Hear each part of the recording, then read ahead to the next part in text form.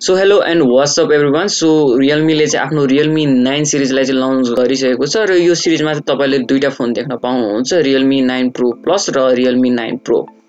So आजको यो भिडियोमा चाहिँ हामी रियलमी 9 प्रो प्लसको बारेमा कुराकानी गर्नेछौँ। सो यसको फिचर्सहरूको बारेमा कुरा गर्नुपर्दा चाहिँ सुरुमा यसको डिजाइनबाट सुरु गरौँ।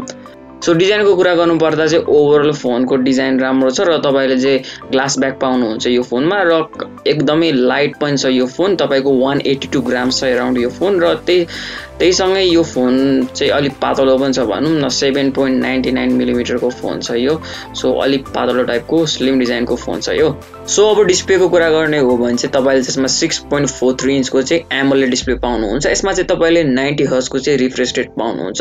सो 90 हर्ज चाहिँ एकदमै कमन भइसकेको छ अहिले चाहिँ। सो एटलिस्ट यसमा चाहिँ रियलमीले 120 हर्ज दिएको भए चाहिँ अझै बेटर हुन्थ्यो। त्यसै गरी यसमा चाहिँ तपाईँले 360 हर्जको चाहिँ टच स्याम्पलिङ रेट पाउनुहुन्छ र डिस्प्ले प्रोटेक्सनको लागि चाहिँ यसमा गोरिल्ला ग्लास 5 प्रोटेक्सन दिएको छ।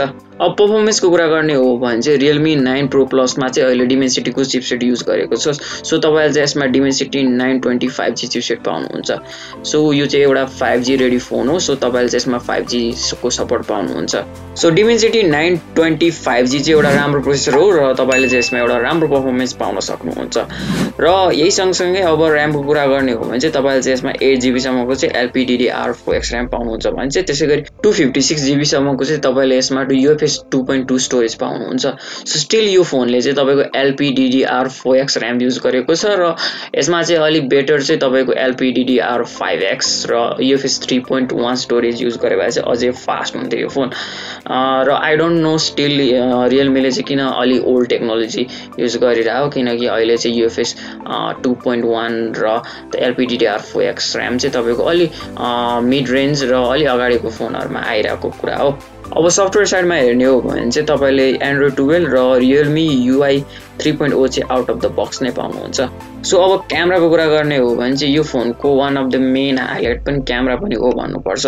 सो किनकि यसमा युज गरेको प्राइमेरी सेन्सर चाहिँ तपाईँको फ्ल्यागसिप फोनहरूमा युज गरेको सेन्सर हो। सो अब क्यामेरा सेटअपको कुरा गर्नुपर्दा चाहिँ तपाईँले चाहिँ यसमा ट्रिपल क्यामेरा सेटअप पाउनुहुन्छ। सो यसको प्राइमेरी सेन्सर चाहिँ तपाईँले यहाँ सोनी IMX766 सेन्सर पाउनुहुन्छ र त्यसै गरी यसले चाहिँ OIS पनि सपोर्ट गर्दछ। सो OIS भइसकेपछि चाहिँ तपाईँले यसबाट चाहिँ स्टेबल इमेजेस र भिडियोहरू खिच्न सक्नुहुन्छ। त्यसै गरी यसमा चाहिँ तपाईँले 8 मेगापिक्सलको अल्ट्रा वाइड र 2 मेगापिक्सलको चाहिँ यसमा तपाईँले म्याक्रो लेन्स पाउनुहुन्छ। र सेल्फीको कुरा गर्ने हो भने चाहिँ तपाईँले चाहिँ यसमा 16 मेगापिक्सलको चाहिँ फ्रन्ट फेसिङ क्यामेरा पाउनुहुन्छ।